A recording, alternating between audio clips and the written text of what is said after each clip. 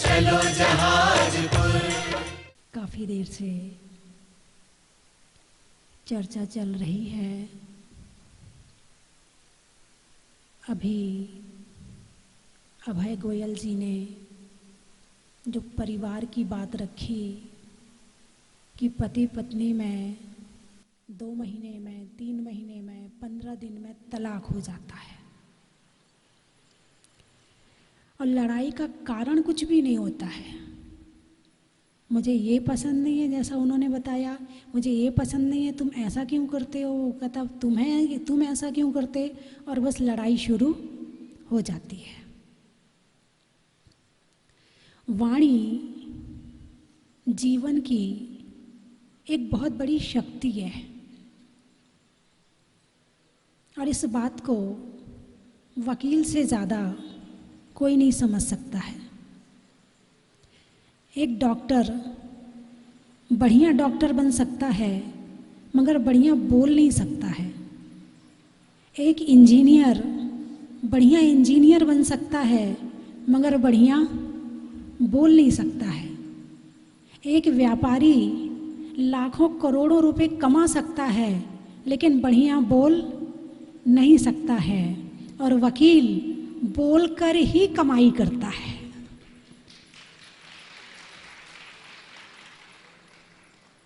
और इसमें जो जितना अच्छा बोल लेता है वो उतना बढ़िया वकील, जितनी क्वालिटी बोलने में वो उतना बढ़िया वकील। बोलिए ऐसा है कि नहीं है? अरे बोलिए ना, हाँ या ना? हाँ। तो वकील का काम केवल बोलने का है और वाणी वरदान भी है और अभिशाप भी है।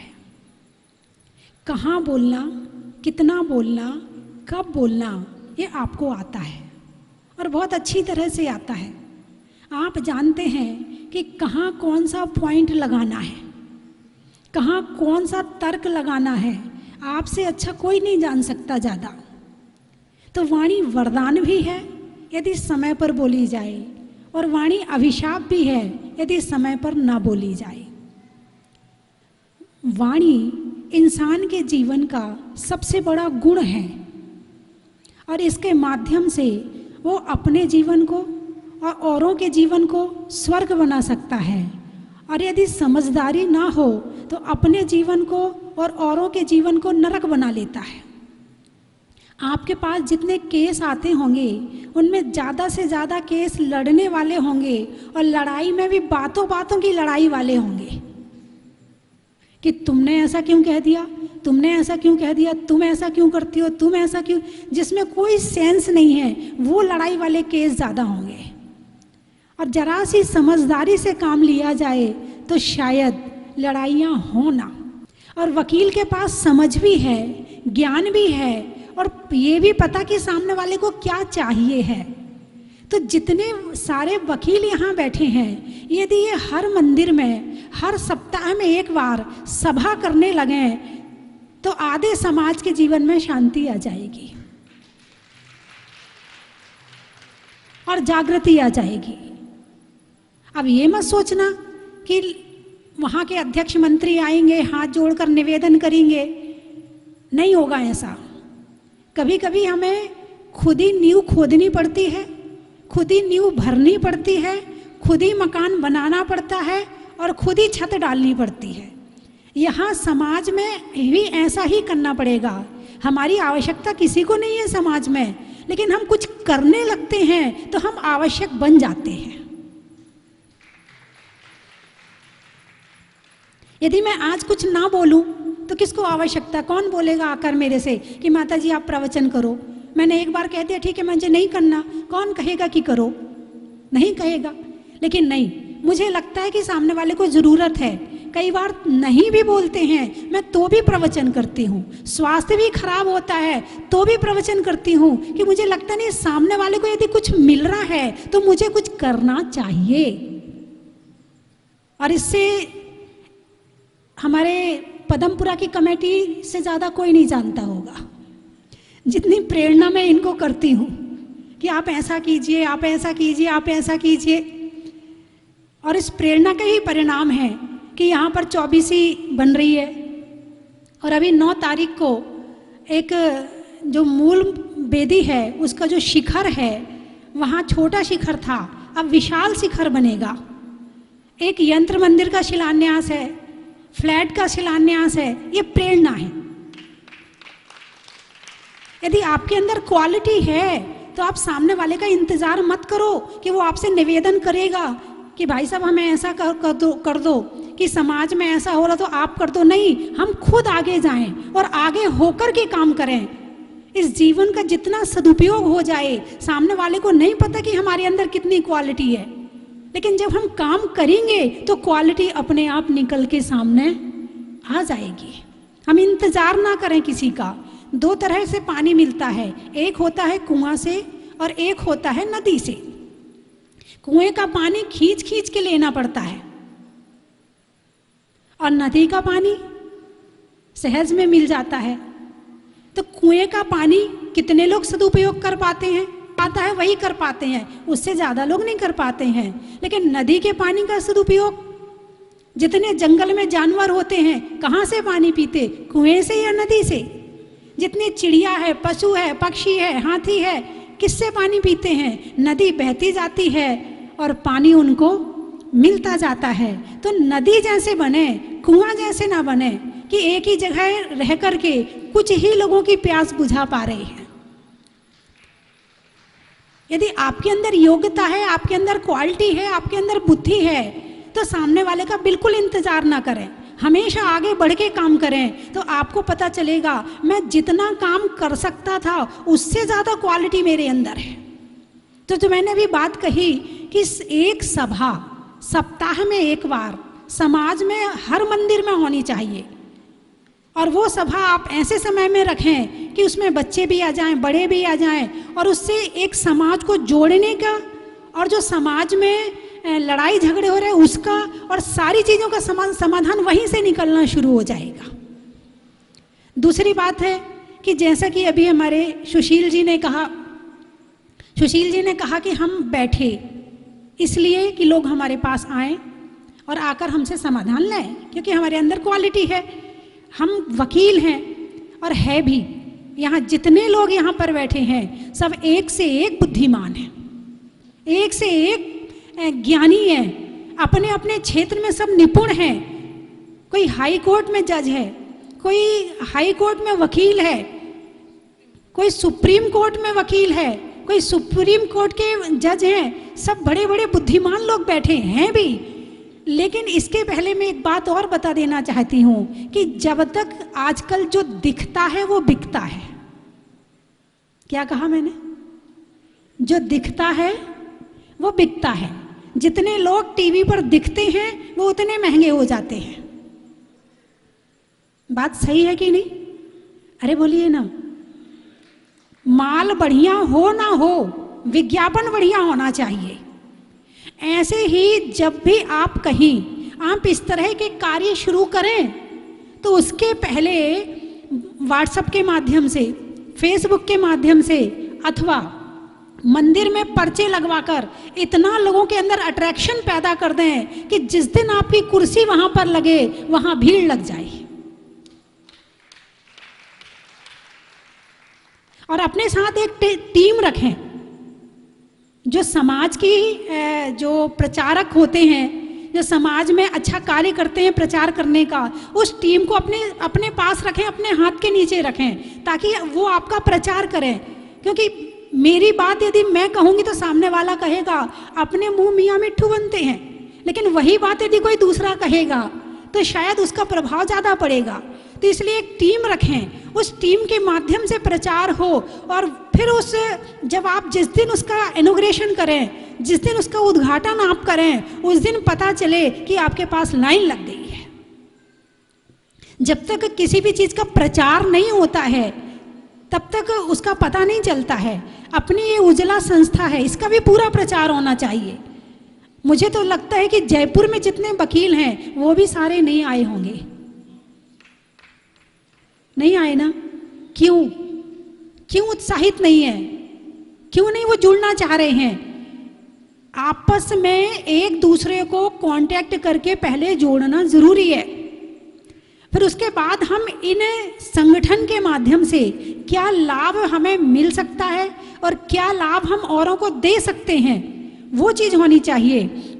तो यदि हमारे माध्यम से और इस उज्ज्वला संस्था के माध्यम से यदि हमें लाभ मिलता है और हमारे साथ साथ औरों को लाभ मिलता है, तो ऐसा काम करना जरूर चाहिए।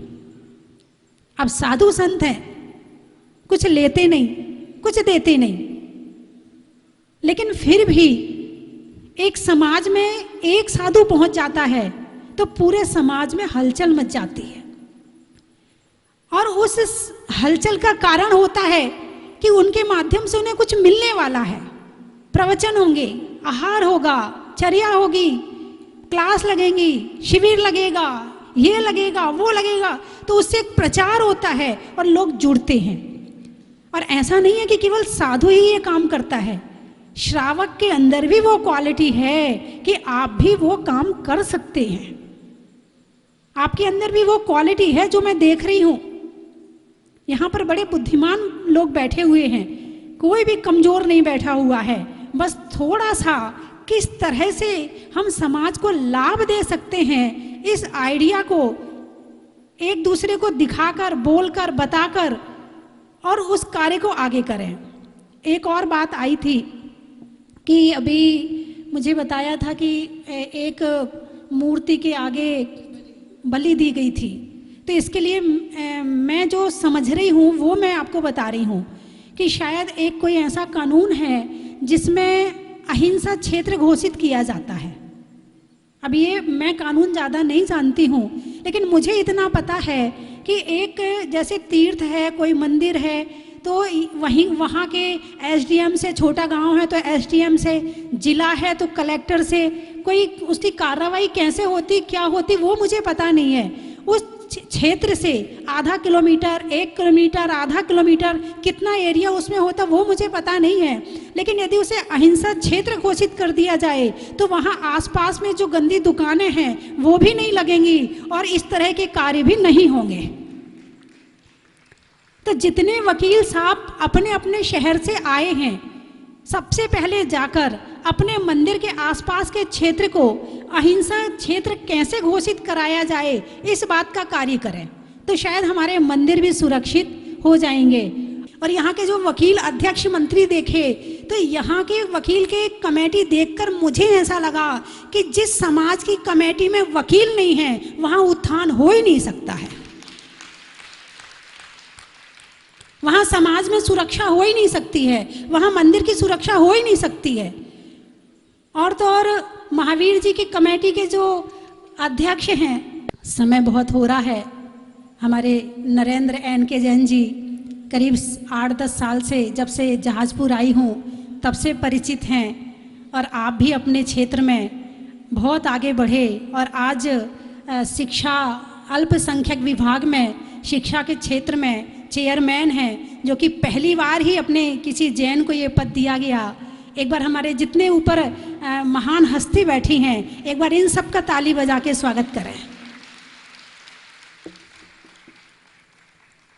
और हमारे हेमंत जी सौगानी, जेएम जैन नहीं, इनका नाम जितेंद्र मोहन है शायद, है ना। तो कई बार जब मैं नाम भूल जाती हूँ तो मैं कहती हूँ वो मोहन जी है ना, वो जिनके पीछे मोहन लगा है, सुरेंद्र मोहन, जितेंद्र मोहन, नरेंद्र मोहन, ये मोहन वाले हैं सारे। तो बंधुओं, आप सभी बड़े दूर दूर से आए और मेरी भी वही भावना है। हमारे आचार्य श्री ज्ञान सागर जी आज हमारे बीच में नहीं है, लेकिन उन्होंने अपने जीवन में जो किया वो आज हमें यहाँ दिख रहा है। ऐसे ही आप अपने जीवन में ऐसा करो कि आगे दिखे। उन्होंने आपको जोड़ा है, आप समाज को जोड़ो। यदि हमने गुरु से कोई चीज़ ली है और हमने आगे नहीं दी है तो ऐसा नहीं होना चाहिए। हमने जो गुरु ने हमें दिया है उनके प्रति समर्पण, उनके प्रति श्रद्धांजलि सच्ची तभी होगी कि हम भी दूसरों के लिए कुछ करें। और हर चीज कहते हैं कि दिन में एक काम ऐसा करो जिसमें कोई फायदा ना देखा जाए, कोई फायदा ना पैसे का, ना सम्मान का, ना पद का, कोई फायदा ना देखा जाए। निस्वार्थ रूप से पूरे दिन में एक काम ऐसा जरूर करना चाहिए, और आपके माध्यम से यदि वो काम होगा तो वो काम कोई छोटा मोटा नहीं होगा, वो काम कोई बड़ा ही होगा। बंधुओं, बोलने से बुद्धि बढ़ती है, ये तो आपने खुद का प्रैक्टिकल देख लिया होगा कि जब पढ़ने से बुद्धि कम बढ़ती है और बोलने से बुद्धि ज़्यादा बढ़ती है और करने से बुद्धि और ज़्यादा बढ़ती है। तो अभी तक बोला है, पढ़ा है, लेकिन आगे समाज के लिए कुछ करें। जैसा कि हमारे आचार्य श्री की भावना थी, उनकी प्रेरणा थी। उन्होंने जो एक इतने सारे जो एडवोकेट सम्मेलन के रूप में जो उजला संस्था तैयार की है, ऐसी डॉक्टर्स की है, वकील के साथ और इंजीनियर की है, सीए की है, बैंकर्स की है, वैज्ञानिकों की है। तो मैं ये चाहूँगी अब उनकी जो स्मृति है उसको हम तभी जीवित रख सकते हैं जब उनके बताए हुए मार्ग पर हम आगे चलें। और जैसा कि मैं भगवान जी के सामने बैठी थी, जब वहाँ निवेदन कर रहे थे सभी हमारे शीर्ष हस्ती भगवान से कि भगवान हमारा सम्मेलन अच्छा हो और सभी वकील बहुत आगे बढ़े, इस बात की भगवान से विनती कर रहे थे, तब मुझे कहा, बोले माता जी इस संस्था को आपको करना है आगे। मैंने शहर से स्वीकृति दी कि जब तक मेरे जीवन में सांस है तब तक मैं ये कार्य में कभी पीछे नहीं हटूंगी।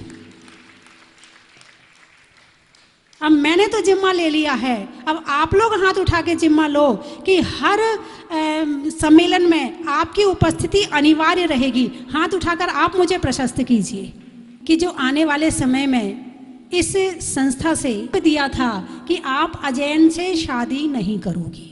ऐसे करीब 500 लड़कियों ने इसका नियम लिया है, करीब 500 लड़कियों ने नियम लिया है कि अजैन से शादी नहीं करेंगे। तो ऐसे ही प्रोग्राम के रूप में आप अपनी समाज में आगे आएं और समाज में ऐसे प्रोग्राम करें और इसके माध्यम से हम अपने जैन समाज को सुरक्षित करें और आगे बढ़ा सकते हैं। बंधुओं, आज हमारे बीच में अनीता दीदी हैं, मंजुला दीदी हैं, ललिता दीदी हैं। इनके भी इस जो भी सम्मेलन होगा आपकी भी स्वीकृति चाहिए कि आप भी उपस्थित रहोगी सारे सम्मेलन में।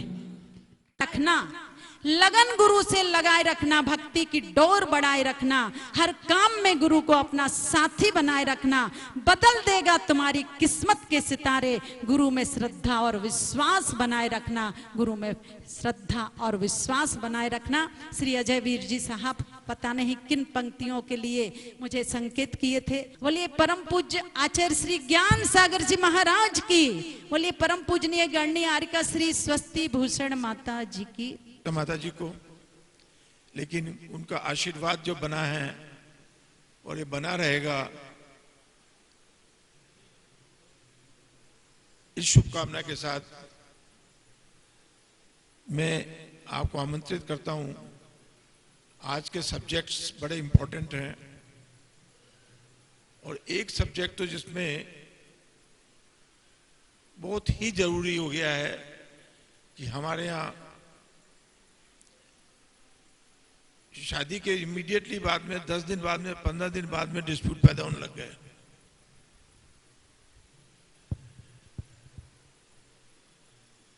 ये सबसे बड़ा हमारा समाज का इन्वॉल्वमेंट कम होता जा रहा है। हमने मीडिएशन सेंटर कोशिश की चालू करने की, लेकिन मीडिएशन सेंटर में हमारे पास कोई भी नहीं आया मीडिएट कराने के लिए शुरू में। और जब हमारे पास मुकदमा आता है तब तक जैसा सुरेंद्र मंजू भाई साहब ने कहा, वो लास्ट स्टेज हो जाती है, कैंसर बहुत बढ़ चुका होता है और कैंसर लाइलाज हो जाता है। उस टाइम पे समाज कुछ भी नहीं कर सकता। अगर इनिशियल स्टेज पे हम लोग कुछ चीजों को कंट्रोल करें तो बहुत कुछ हो सकता है। एम्पावरमेंट होना चाहिए। जैन समाज ने इसकी हमेशा कोशिश की है कि फीमेल एम्पावरमेंट होना चाहिए, लेकिन मैं ये फील करता हूं कि फीमेल एम्पावरमेंट के साथ में कुछ हमारी जिम्मेदारियां भी जो हमारी बहनों की हो जाती है, वो मैं ये नहीं कहता हूं कि गलती बहनों की होती है, लेकिन कुछ चीजें इस ढंग की होती जा रही हैं, जो मेरे पास केसेस आते हैं उसके हिसाब से कहता हूं कि उनको सहन शक्ति जो है वो कम होती जा रही है। सहन शक्ति जो है, मैं ये नहीं कहता हूं कि आप उत्पीड़न सहन करो, मैं ये भी नहीं कहता हूं कि आप दहेज की बात को सुनो, लेकिन छोटी छोटी, मेरे को ये पसंद नहीं है, मेरे को चाय इस ढंग की नहीं पसंद है, मेरे को ये नहीं पसंद है, और इस ढंग से झगड़ा चालू होता है और वो बहुत बड़ा हो जाता है और हमारे बुजुर्ग कोई बोल नहीं पाते हैं। एक कानून के कारण इतनी डर पैदा हो गया है कि लोग बिल्कुल ही दबके रहने लग गए हैं, तो समाज का डेवलपमेंट उससे रुक रहा है। आज मैं इसके आगे अभी नहीं बोलूंगा, आप लोग इस पे चर्चा होगी, और भी विषय है, मीडिएशन है, हमारे यहाँ एक सब्जेक्ट जो है शादी का भी है। मैं शादी का विषय एक ऐसा विषय है जिसमें मैं ये भी, एक चीज ये भी ध्यान रखना पड़ेगा हमको कि हमारा धर्म ऐसा है जो सबको एक्सेप्ट करता है, वो हमारे प्रिंसिपल को माने तो कुछ चीजें हैं, ये सब चीजें आप विचारने के लिए है। मैं आपको सबके लिए आमंत्रित करता हूं और सबको धन्यवाद देता हूं। Thank you. हायर एजुकेशन के लिए जा रहे हैं, वो दूसरी जातियों में शादी कर रहे हैं या बहुएं ला रहे हैं, हम उन्हें कैसे टर्न दें, हम समाज को कैसे बचाएं, और उसी के साथ ये करने का अवसर होता था। कोरोना काल में स्थगित होता रहा और हमारे मार्गदर्शक, युग प्रवर्तक, युग दृष्टा श्री 108 आचार्य ज्ञान सागर जी महाराज ने निर्णय ही लिया कि अब आप लोग अपनी यात्रा, अपना पथ स्वयं निश्चित करें, और वो अपनी यात्रा पर आगे चले गए। आज मैं मंच पर माताजी को देख रहा हूं। इतने दिनों से हम लोग प्रयास कर रहे थे कि किस तरीके से हमें आगे मार्गदर्शन मिले, पथ प्रदर्शक मिले, और यही एक छोटा सा डाइग्रेशन करता हूं कि जो आज का टॉपिक है, मैं सिर्फ 2 ही मिनट लूंगा। आज का जो टॉपिक है, हम परिवार की, फैमिली की बात करते हैं। परिवार में 2 सदस्य होते हैं, तो शायद हम लोगों को पुरुष वर्ग की तरफ से, एक पुरुष होने के नाते मैं कहूंगा कि हमारा जो सबसे बड़ा कंट्रीब्यूशन, कंप्लीट कंट्रीब्यूशन होना चाहिए, वो है कि हम अपने घर में जो नारी है उसको पूर्ण सम्मान दे सकें। आज माताजी को स्टेज पर देखकर मुझे लग रहा है कि हम लोग उस दिशा में आगे बढ़ रहे हैं, और नारी की जो कैपेसिटी, जो उनका टैलेंट, उनके जो नेचुरल पावर्स हैं, उसका जो डेमोन्स्ट्रेशन माताजी ने दिया, मैं जहाजपुर खुद देखकर आया हूं। मैं निशब्द हूं, शब्द नहीं मिलते, मैं क्या कहूं। आचार्य श्री ने हमको इतना इंस्पायर किया, आज मैं माताजी को देखकर और ज्यादा इंस्पायर हो रहा हूं। इस टॉपिक पर मुझे लगता है कि हमें हमारे यहाँ जैसे हमारे इंस्पिरेशंस हैं, जस्टिस गोहिल साहब, जस्टिस एन.के. जैन साहब, सभी लोग यहाँ पर, सुशील जी हैं, इन सब लोगों का बहुत बड़ा अनुभव रहा है कोर्ट का, कोर्ट में दोनों तरफ बैठने का, बार में भी और बेंच में भी। मुझे लगता है कि इन सबको हमें सुनना चाहिए और मैं आप सबका स्वागत करता हूं। मैं स्वागत करता हूं माताजी का, संघ का, अनीता दीदी का, जो हमें पल पल आचार्य ज्ञान सागर जी की याद दिलाती हैं। और जब भी मैं ज्ञान सागर जी को याद करता हूं तो वो अनीता दीदी की एक जो कविता है ज्ञान सागर जी के बारे में, वो मैं आज उनसे आग्रह करूंगा कि आज सुनाएं हमें। माताजी स्वस्थ भूषण माता जी की जय, हरिका संघ की जय। बहुत दिनों से भावना थी, बहुत समय हो गया, बहुत लेट हो गया। मैं तो कई बार सोचा कि कैसे भगवान के दर्शन करने पहुंचूं। आज सौभाग्य मिला, धन्य हुआ, भगवान का अभिषेक करने का मौका मिला। ये तो उन्हीं की कृपा है, भगवान की कृपा है कि मैं आज धन्य हो गया दर्शन करके भगवान के, और बहुत ही आनंद आया। बार बार मैं कोशिश करूँगा कि यहाँ आऊँ और इससे क्षेत्र से जुड़ूँ। बहुत अच्छा काम हो रहा है, बहुत बड़ा विशाल स्तर पे काम हो रहा है, बहुत खुशी हुई। बस इसी एक भावना करके मैं यहाँ की व्यवस्थाएं, यहाँ की धर्मशालाएं, यहाँ का सारा कार्य बहुत ही सुचारू रूप से चल रहा है, बहुत ही अच्छा लगा। और सब लोग यही भावना करते हैं कि हर वर्ष कम से कम एक बार जरूर आएँ, अभिषेक करें, शांति धारा करें। इसी भावना से भगवान की जय। हमारा परम सौभाग्य है 2008 में हमारे सूर्यनगर में माताजी का चतुर्मास हुआ था, और तब से जो है हम माताजी से जुड़े हुए हैं। पहले भी यहाँ पर आने का मौका मिला और दोबारा बहुत जल्दी 6 महीने के अंदर ही भाव बने। मैं भगवान के चरणों में श्रद्धा सुमन अर्पण करता हूँ जो हमें दोबारा दर्शन का मौका दिया। परम सौभाग्य है कि आज मुझे प्रथम बार आना हुआ, और प्रथम बार आके ही ऐसा आनंद प्राप्त हुआ जो आज तक कभी नहीं हुआ। यहाँ का मनोहारी प्रतिमा की तुलना कहीं नहीं की जा सकती। सबसे बढ़िया प्रतिमा है, इतनी ऐसे कह रहे थे कि प्रतिमा में नक्काशी की हुई है, ऐसे उसके हर्ष और पाद कमल किए हुए हैं, और बहुत ही प्यारी प्रतिमा है। जो लोगों को अभी तक आने का सौभाग्य नहीं मिला, कम से कम एक बार तो जरूर आए। धन्यवाद। जय जिंद। मैं बहुत समय से कोशिश कर रहा था। स्वस्तिमती माता जी का चतुर्मास हमारे ग्वालियर में हुआ था।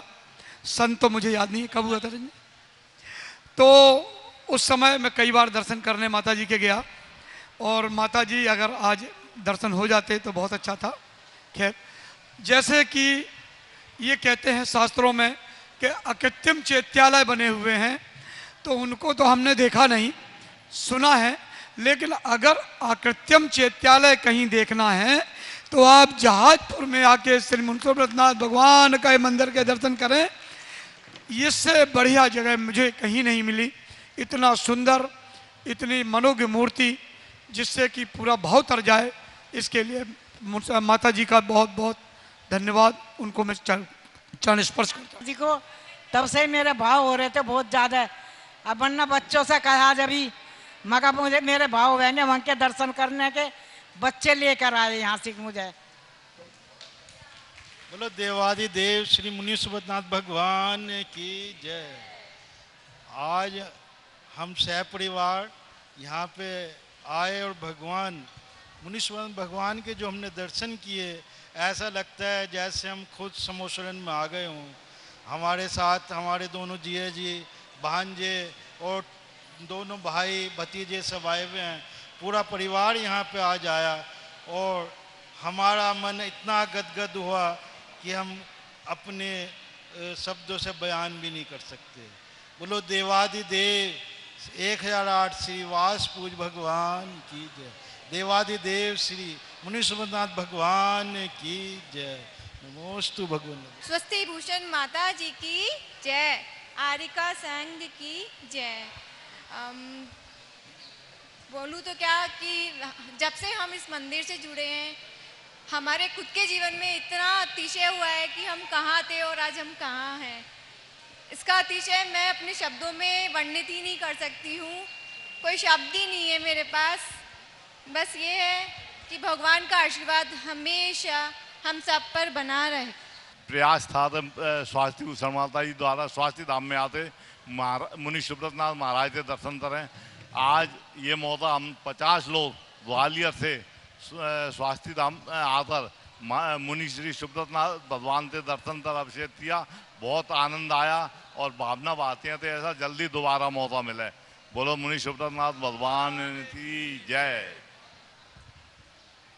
मैं नरेंद्र जैन श्री महेंद्र कुमार जी को बहुत और ज्ञानचंद जी आपके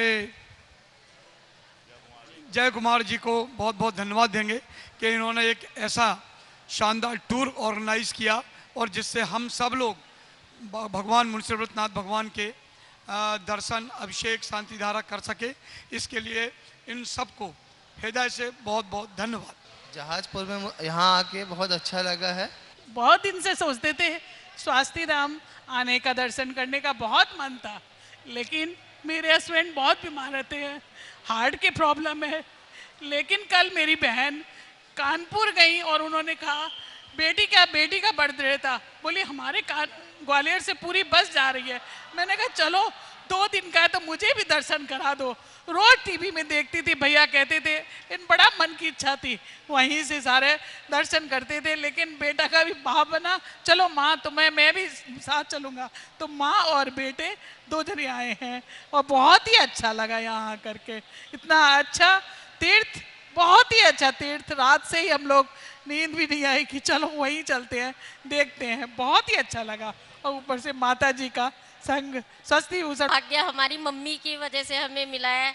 मम्मी के भाव बने कि मैं सबको लेके मुनि सुब्रत नाथ भगवान के दर्शन करने जाऊंगी, तो हम सब मिलकर यहाँ पे मुनि सुब्रत नाथ भगवान के दर्शन करने आए हैं।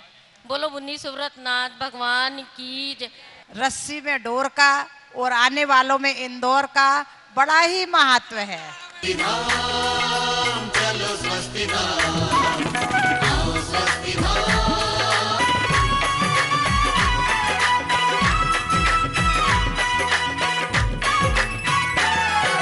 चलो स्वस्ति धाम, चलो स्वस्ति धाम।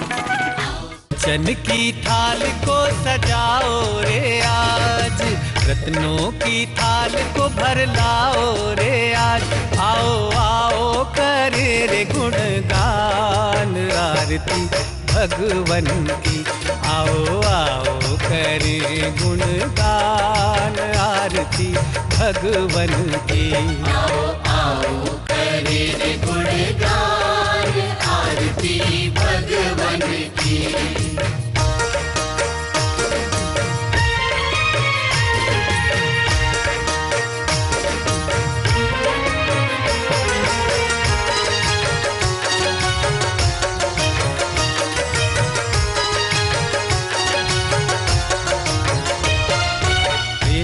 सुमित्र के राज दुलारे, माँ पद्मा जी के नैनों के तारे।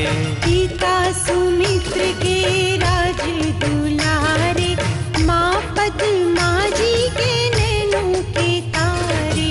राजगृही में जन्म लियो आप, राजगृही में जन्म लियो आप। आओ आओ मनाए खुशी आज आरती भगवन की। आओ आओ करे गुणगान आरती भगवन की। आओ आओ करे गुणगान आरती भगवन की।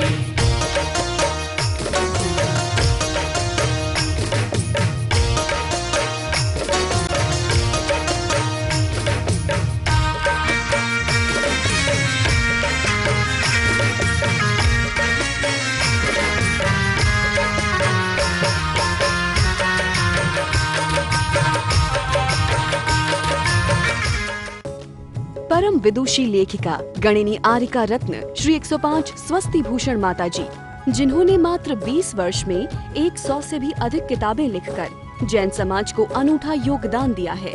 बड़े बड़े विधान जैसे कल्पद्रुम महामंडल विधान, सिद्ध चक्र महामंडल विधान, इंद्रध्वज महामंडल विधान एवं विशेष जिनपद, पूजांजलि आदि महत्वपूर्ण साहित्य बहुत ही सरल व सुबोध शैली में लिखे हैं, जिसमें गद्य एवं पद्य साहित्य भी समाहित है। इन महान साहित्यों को पढ़कर आप भी अपने ज्ञान का विकास कर सकते हैं। साहित्य प्राप्त करने हेतु आज ही संपर्क करें। संपर्क सूत्र 7906062500 9868345768।